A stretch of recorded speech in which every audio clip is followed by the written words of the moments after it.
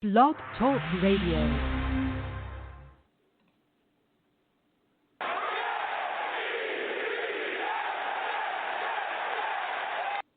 What's up, everybody, and welcome back to another episode of Let's Talk Jets Radio. This is your host, Tyson Roush, and these are the fan series interviews. All this is about the fans, talking about the history of the team, what it's like being a fan of the New York Jets, and everything else. You can follow the show on YouTube, Let's Talk Jets Radio, Instagram and Twitter, @Talk Jets Radio. And on this interview is going to be fun, because my good friend Kyle Dominguez, who I've known a while, we tailgate together and stuff. So, Kyle, what's up, man? How's it going, Tyson? How you been? Well, dude, I think I'm like everybody else right now. I'm going a little bit stir crazy and stuff, but trying to find a way to keep busy. You know what I mean? Definitely. I'm sure that, all this history about the Jets doesn't help you try and find sanity every once in a while. It's funny, man. Like, we were talking to so many different fans, and the stories are always the same. It's like, for every good story, you have one where it's like, oh, remember the butt fumble, remember this, remember Fitzpatrick in Buffalo. It's always those stories, man. Yeah. Unfortunately, we haven't had too many good ones. So let's start from the beginning, man. What made you a fan of the green and white?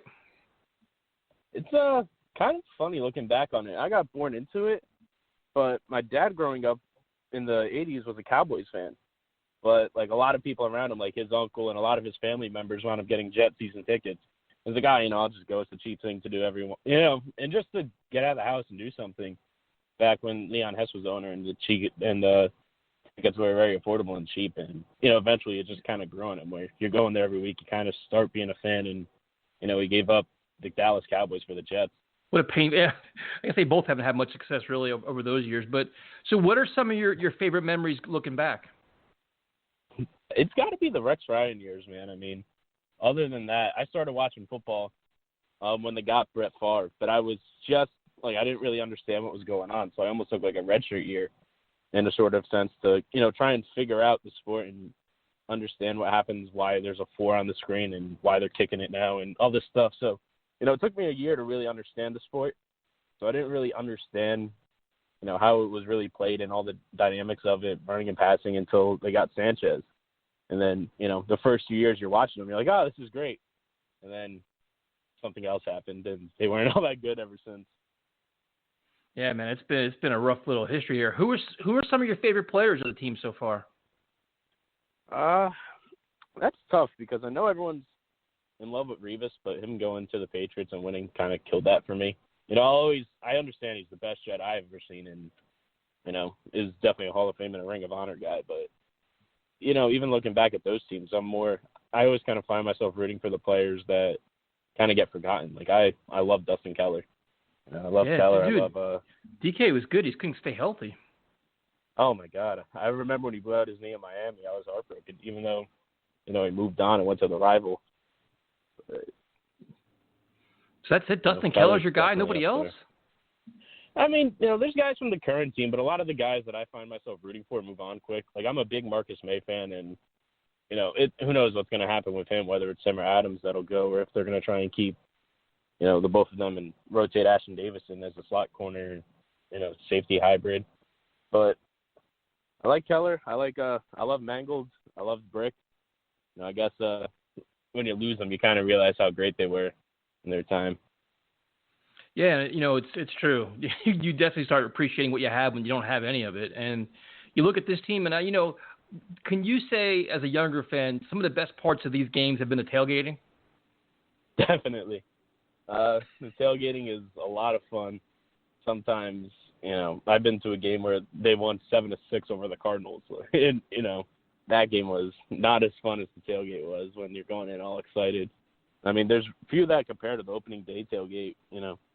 I'll never forget that Miami tailgate 3 years ago now, when it was Sam Darnold's first home game after the blowout victory on Monday Night Football. It was the closest thing I ever got to a playoff atmosphere at MetLife Stadium.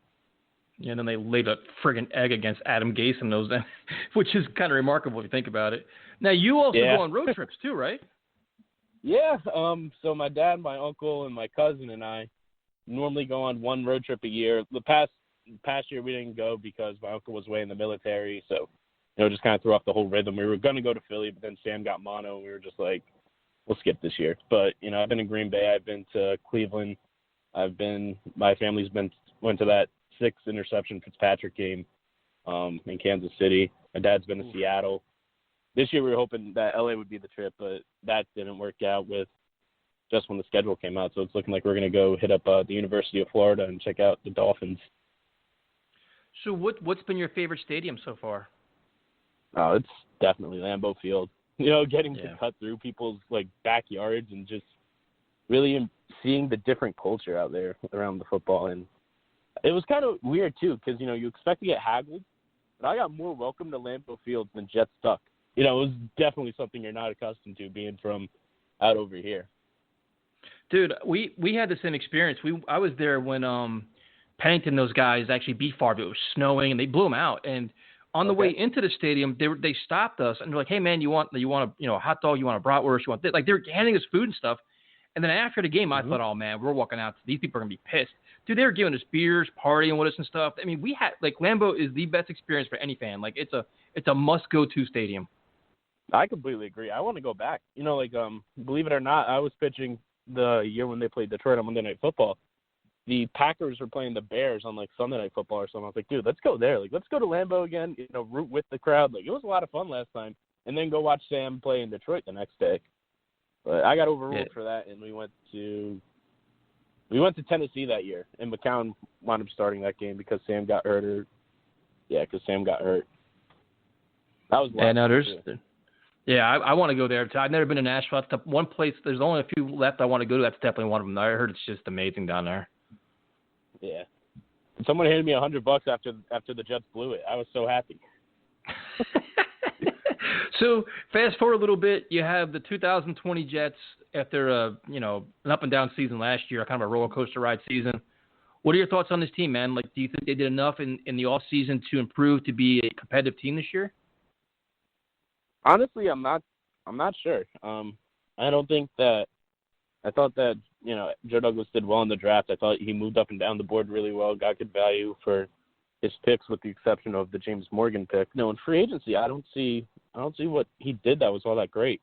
We brought back guys below average or below what I thought their market value was with Jordan Jenkins and Bryant Poole, but he didn't sign them to multi-year deals. And I remember, years ago, you kind of had the same gripe with McCagnon about Morris Claiborne, that they brought him in for 1 year instead of a 2 or 3 year deal. And I don't get what the point of that is. If you're not sure about those kind of players that you brought back on 1 year deals, I don't know if it would have been better to move on, because I think that those two players in particular, Jordan Jenkins and Bryant Poole, were more than serviceable, but I don't get this kind of 1 foot in, 1 foot out mentality unless you have some questions about the coach or if the players do, because I remember when they re-signed Jordan Jenkins, the big thing was he came back to play with Greg Williams. So I don't know if he was hesitant to sign long-term with the team because he wasn't sure if Greg Williams would be here beyond this year. That's a fair point. Yeah, I mean, it's something that, you saw the value, oh, what a great value, but then you're like, you know what, we're going to be in the same boat next year. I wish exactly. Even a 2 year deal had some kind of continuity where it seems like for certain positions and certain players, it's like a Band-Aid. All right, we have the Band-Aid for this year, and next year we'll deal with it again. And you're right. It could be kind of a protection saying, hey, you know what? Gase and Williams may not be here next year. Let's not get too committed to it, which is a horrible way to think. But what do you think about the offensive line? It's unproven. I like the Connor McGovern signing.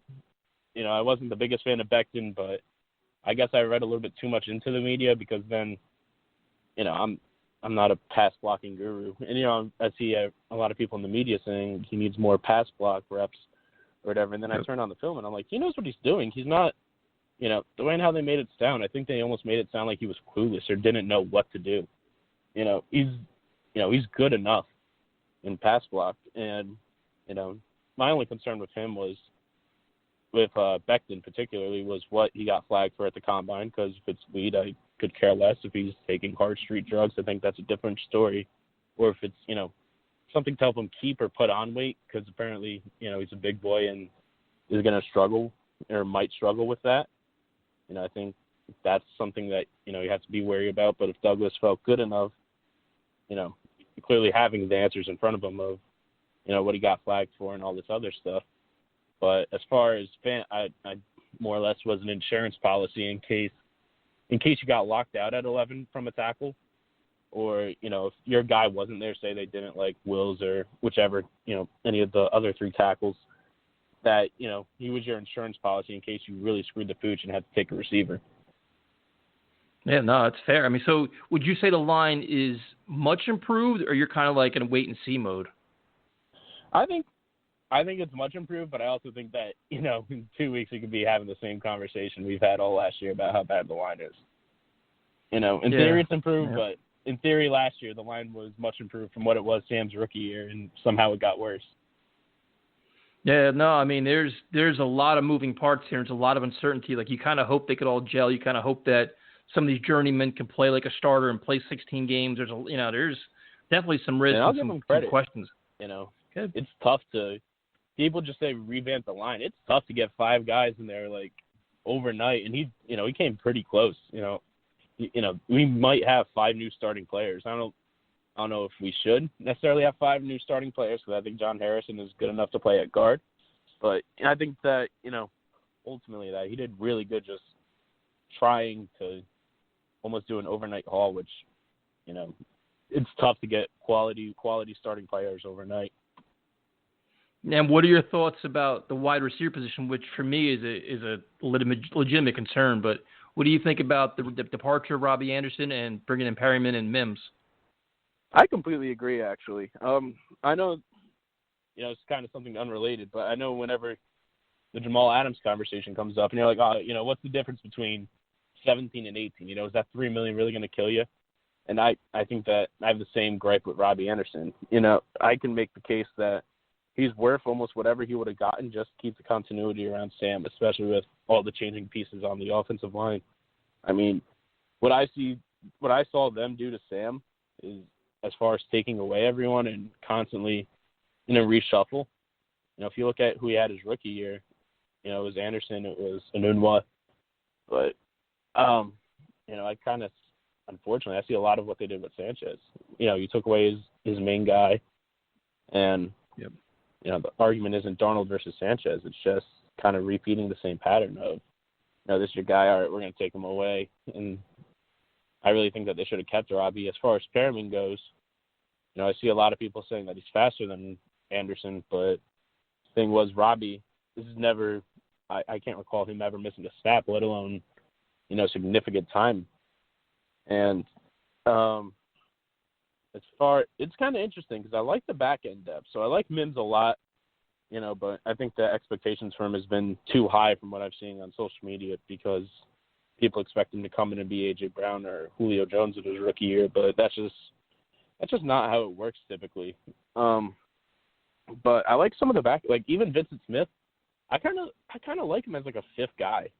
You know what I mean? Like, I like some of their players, but I really don't think that they should have let Robbie walk. But hopefully, because what I noticed from Sam is that he likes to throw to the tight ends a lot. He had a huge connection with Herndon his rookie year. Hopefully that'll come back. And even last year, he had a great connection with Ryan Griffin, which surprised me. I mean, listen, I had the same concerns you do. Like, and you made the same point I think of too. It's like, you want to build around your young quarterback and have some continuity everywhere, so he gets used to certain players at certain positions and you kind of grow together. Herndon unfortunately got hurt and got in trouble, so that was a problem. So nothing last year. A weird scenario. And then wide receiver, it's basically just Crowder. That's it, and it's all unknowns around him. At running back, you have Le'Veon Bell, which they misuse. Hopefully they use him better. But, like, if you look at – and my biggest gripe is you look at other teams around the NFL, and you don't look too far. Look at the AFC East. Look at the Buffalo Bills. They're building around Josh Allen the way I think is the right way. And the Jets are, like, a year behind that, or it seems like, with Sam. Like, it's just not – you're not maximizing his rookie contract, doesn't seem like. I completely agree. Even look at Denver, dude. Denver's loaded around Drew Lock. Oh, yep. Yep. No, it's. You look at Baker Mayfield. You look at the Browns. You can look at Arizona. I mean, there's a lot of even talent. Yeah, and even Lamar Jackson's got some players around him. Like, you could see what the blueprint is. And unfortunately, Joe Douglas is a year behind the blueprint because last year he couldn't do shit because the Jets had to fire a general manager on time. But now it's like I'm just worried about. Sam finally has time to throw the ball and guys aren't getting open. Then he's taking you just hope that's not going to be the case. You know what I mean? Yeah, I completely agree. I joke around with it all the time whenever I'm talking about Sam Darnold. I say, one day he'll have time to step up into a throw and hit an open receiver. So Yeah, it shouldn't, like, we should be further along in year 3 than we are with him, and we're not, which is disappointing. But you look at the defense now; they revamped the secondary. Do you think this defense will be better than last year, or could they be better, but the results not show as much because of the competition? Like, what do you think happens there? yeah, I'd go with the latter. I think that they might be a better unit, but not statistically better as far as the quarterback talent they have to play. I mean, they definitely played well, but I think it's hard to dismiss the quarterbacks that they played down the stretch. The level of competition. I mean, they played Duck Hodges and Mason Rudolph both in one game, which should tell you all you need to know about, who they played down the stretch. And as far as, they definitely got some good additions coming back. I mean, you think how good they were last year. They did it without both their starting linebackers, and Mosley and Avery Williamson. I don't know if Williamson will be on the day one roster, but, you hope that both of them, or at least Mosley, would really come through and make a big difference, because he dominated that week 1 game against Buffalo for 3 quarters. Yeah, no, I completely agree, man. So now, are you buying into like the revamped corners? I mean, you got rid of Tremaine Johnson, you got rid of Dow Roberts, you got Bless Austin Millette, you got Pierre Desir. Do you feel more comfortable with the secondary, all the additions, and Bryce Hall? They made some moves there. To an extent, I feel comfortable enough that I think they're going to be better than what we had last year. But I don't know if it'll necessarily be because of the corner play or because of Greg Williams and having just game changers. Like I think Kevin said it once in a video that the Jets probably have the 2 best players in the AFC, might have the 2 best defensive players in the AFC East with Adams and CJ Mosley. I think that they have enough playmakers to mask a possible deficiency at corner. So what do you think about pass rush, man? Would you try to get an Everson Griffin or a Marcus Golden, who I've been campaigning for about 4 months now, or are you happy with what they have? I'm always looking to upgrade. I think that if you're not always looking to upgrade, you shouldn't be in the big boy seat. I think that any way you could do it, even if, I mean, this might sound crazy, dude, but what if they could get Yannick for Williamson and a pick or something like that, where you couldn't trade him pre-draft because of whole coronavirus and everything being locked away, and no one would trade for a player that just tore his ACL without getting him in, getting the doctors to look at him and getting a physical. Dude, listen, I mean, I think that applies to a lot of guys like Brian Winters, Avery Williamson. All these guys are probably not getting cut because you want to make sure they get past the physical first. Listen, if they could do something like that. Yannick was the only guy that I liked that I would consider trading for. The other guys, I was like, absolutely not, because it's just, like I don't like Jadeveon Clowney. Not that you should get a trade for him, but these other names, I'm just like, no. Like I want like legitimate young game-breaking talent that you can have for 5 years and know that what you're getting. They're on the rise. You're getting better. You know what I mean? Absolutely. So that I mean, I'm not sure if anybody, Avery Williamson has that much value, but dude, I would do it. Like to me, he's expendable. They signed friggin' 45 middle linebackers, dude. They got Burgess and Hewitt and that guy Peanut from Baltimore. I mean, they got a million of them. Yep. So yeah, they don't need them. As far as that goes, the argument that the Jaguars can make, to sell their fans that they got something for this year, because, I mean, if you were going to trade Yannick, you kind of missed out when the iron was hot pre-draft. I don't know if you necessarily want to trade him, after the draft, or not after the draft, for, a draft pick for this upcoming draft season and go through the whole year without feeling like you got a return on your investment. Dude, listen, I'm open to anything, man. We've been dying for pass rusher forever, and I think this defense, you could have a revamped secondary, but if nobody can get to the pass rusher, and I like Jordan Jacobs. Absolutely. But if nobody gets to the pass rusher, those guys are all going to get exposed. I mean, it's just that's football. You know what I mean? So yeah. You seem like you're even keel with everything. So let's see if I can get you fired up a little bit. Your take on Jamal Adams and the contract. Honestly, I don't know what the hell they're doing, dude. I don't get why they're so, why Jet fans are so quick to trade him. Did we forget what Calvin Pryor was like? Okay. Honestly, I agree. I hear him just like, it's just a safety, and I like Ashton Davis, but listen, dude, Jamal Adams is a different player. He's not, just your prototypical safety. People are I think if you're looking for Ed Reed type interceptions, you're not watching the film. He's not Ed Reed. He's more of a Palomalu than an Ed Reed, where he's just instinctive and flying all over the place.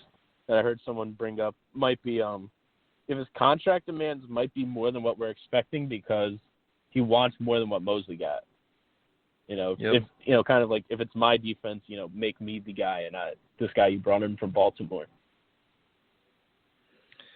I mean, listen, to me, I'm paying him. I don't care what it is. If it's 15, 16, 17, it doesn't it's so weird how people just say he's just a safety. That's just like uneducated in my opinion. Like you're just not watching football. You're not paying attention, right? It's just like, agree. It drives me insane. And it's like on and off the field, his value. And the one point I do agree with is he's obviously a little sensitive with certain things, and some of the shit he does on social media with his, he's looking for attention. He's making a stance. I don't agree with that. Yeah. But you know what? A lot of players in the NFL are doing that now, man. Like this is, it's not the same NFL anymore. It's really not. People are, players are more active on social media, and for all the passion and emotion that Jamal shows, before and after games, we love. Sometimes it goes the wrong way too, and that's just part of it, man. Like I'm paying him, I'm keeping him, and that's it. Seems to be all the premier players. Like Diggs had a whole thing for a while before he got traded, and Beckham had his whole. I know it's kind of wrong that I'm using the players that wound up getting traded, but I'm sure there was a lot more that we just don't remember. I remember when Tucker got tagged, and he said, if I play under the tag, I refuse to sign back with Baltimore.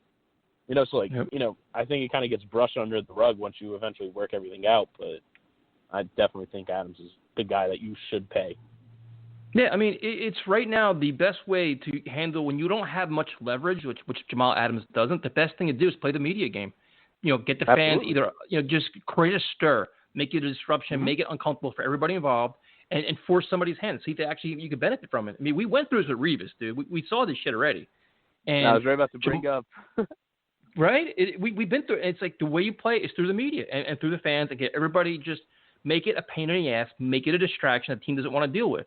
That either forces you to get a new deal or it forces you to get traded. And either way, I think if he gets traded, he can get his money. So that's what's that? Do you think that the Johnsons would allow him to trade Jamal after the way how Revis went, where he played in Tampa and then went to the Patriots and won? Because I don't know if he doesn't go to the Patriots and wind up winning, if how his legacy as a Jet kind of plays out. Because I think a lot of turned off like a lot of Jet fans. I don't know if they would I don't know if they want to be remembered for trading away Revis and Jamal. See, I'm an old fan, dude. So I've been through Keyshawn Johnson getting traded. I'm through John Abraham getting traded, Hugh Douglas getting traded, Revis getting traded. So I've seen all this shit before. And it's a good question, but here's the interesting factor in this. If they had to worry about selling season tickets and stuff like that, I think they'd be more worried about it. But the pandemic has things so weird now, dude. Like, will they even be selling tickets? Yeah. Will they, you know what I mean? Like, but I think it's a fair point. I think the Johnsons are still very involved, and they could say, listen, man, you may get a good deal from him. We're not trading. He's the face of our franchise, and I don't want this backlash. Because they trade him and have a shitty season this year, could you imagine the firestorm in this? I mean, could you even imagine, dude? It'd be a nightmare for them. Yeah. Oh, my God. I don't even want to imagine what would happen if they trade away Jamal and they picked him the top 10.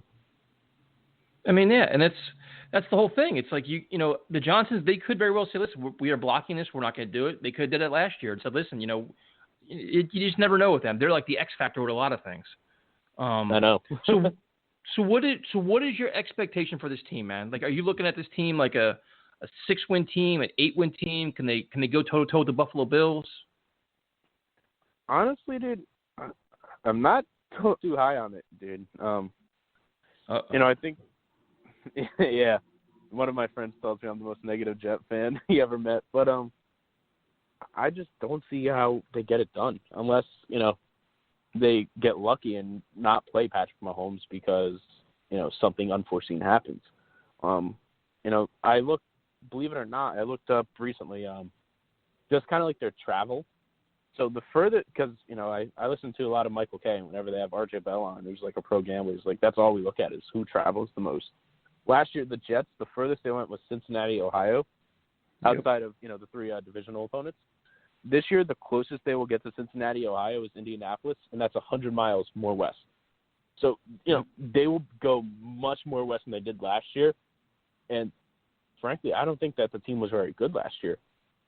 I know that they had a good ending, and, you hope to believe that that's going to help out. But unless Adam Gase improves as a play caller, I don't see how, this is a team even competing for the playoffs.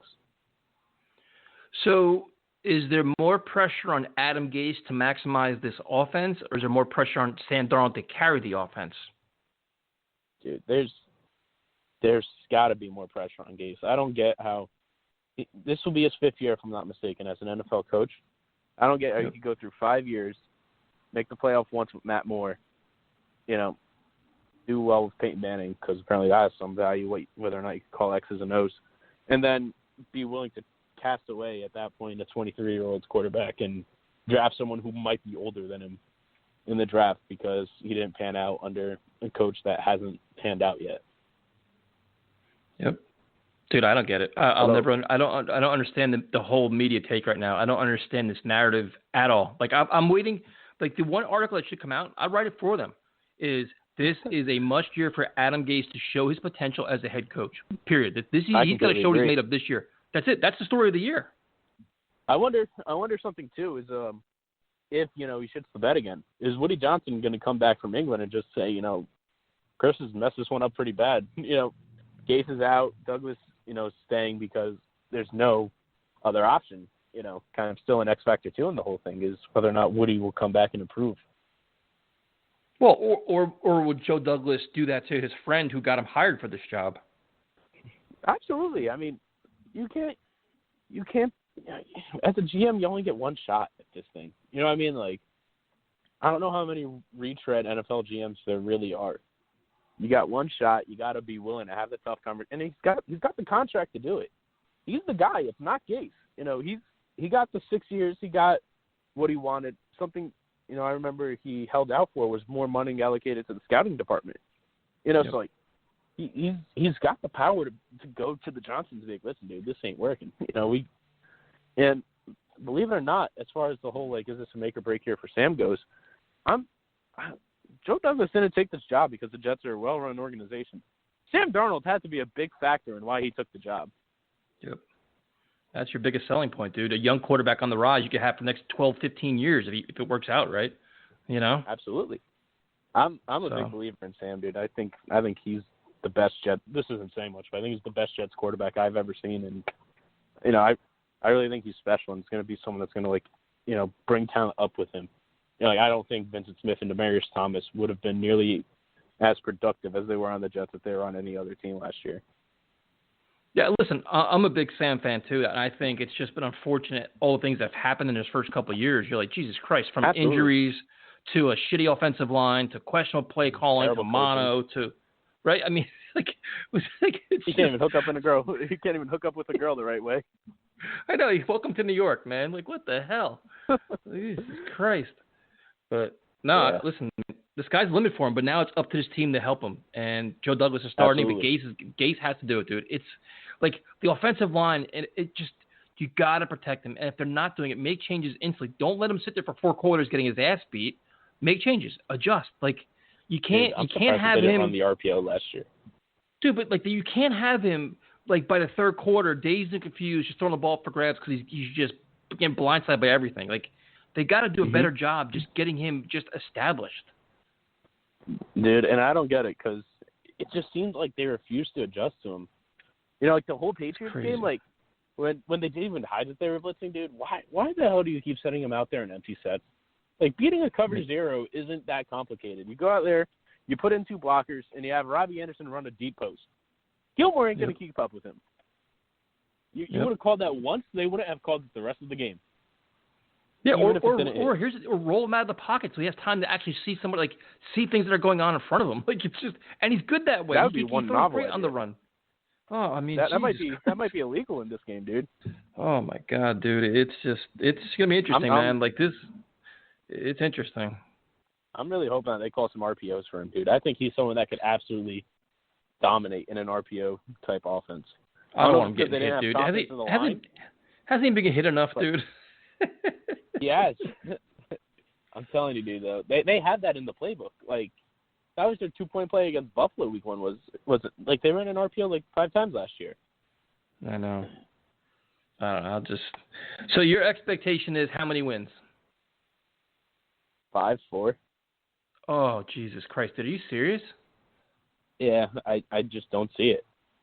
I don't see how the competition's going to get harder, and everything relatively around the Jets this year is an unknown with the line and the receivers, and for us to expect more wins, So is that 4 or 5 wins with Sam playing very well, or they're just putrid all the way around? No, I think Sam plays well. I think that he's going to cut down on the interceptions. I think his touchdown numbers are going to go up, and and I think it'll be meaningful. Like there are certain games where I just think all right, we're going to lose this game, but I think Sam's gonna have himself a really good game. No one will watch it. I got all the faith in the world in Sam Darnold, but very little in the rest of the team around him. Fair enough. Well, Kyle, first of all, thank you very much for your time. Now, what is the best way for everybody to follow you and talk some football with you? That's a good question. You could follow me on Twitter at KDominguez98. That's KDOMINGUEZ98. And, get at me there. I'll get back at you. You could call me a clown halfway through the year when the Jets are 8-0, hopefully. Dude, hey, you never know, man. I'd be happy as hell. I mean, I just happen to be winning. It's 8. I'd be happy with 6 wins at this point. Yeah, if they somehow have a good year, dude, I want this to be like the opening to every Let's Talk Jets radio show for the next 2 years. If Adam Gase proves me wrong. Yeah, dude, me too. I'd be happy to eat crow all day long and backwards. No problem at all. Kyle, thanks for joining me, man. I appreciate it. Thanks for your time, Tyson. Have a good day. You too, man.